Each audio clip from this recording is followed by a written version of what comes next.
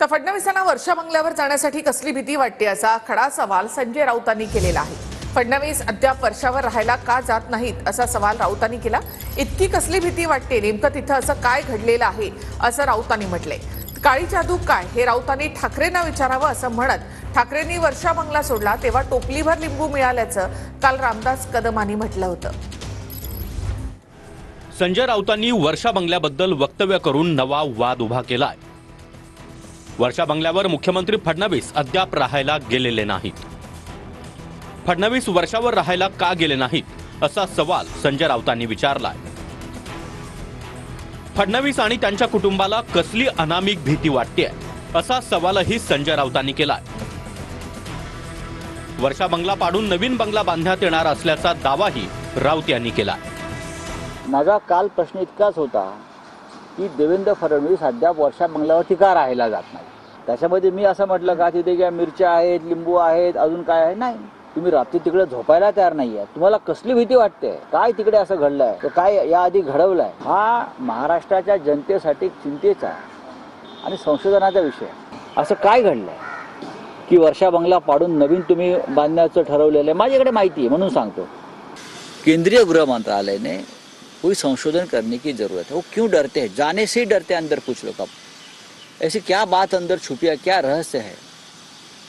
एक फिल्म आई थी 2 गज जमीन के नीचे। अब 2 गज जमीन के नीचे क्या क्या गाड़ा है वो देखना पड़ेगा, वो रहस्य है। राम गोपाल वर्मा ने वहाँ भी जाना चाहिए और एक फिल्म बनानी चाहिए कि वर्षा बंगला का रहस्य क्या है। अहो मला वाटतं काला जादू काय ते संजय राऊत साहेबांनी आमच्या उद्धव ठाकरेंना विचार पाहिजे ना। एकनाथ शिंदेने सांगितलं ज्यावेळेला वर्षा बंगला उद्धव ठाकरेंनी सोडला तर टोपली पण लिंबू मिळाले वर्षा बंगल्यावरती। तर काळी जादू काय आहे ते मला वाटतं तिकडे त्याला विचारली पाहिजे। त्याचा अनुभव जास्त असेल संजय राऊत साहेबांना कदाचित, आणि म्हणून त्याच्या डोक्यात यायला असावं असं मला वाटतं। राऊतांच्या वक्तव्यानंतर शिंदेची शिवसेना आक्रमक बनली आहे।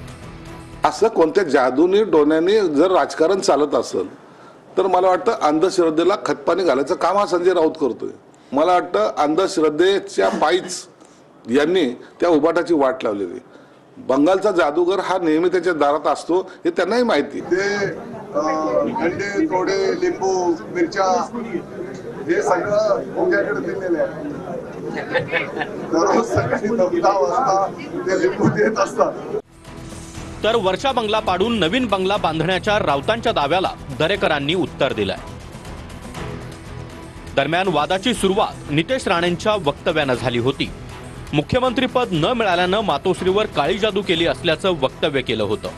त्यानंतर हा वाद पेटलाय।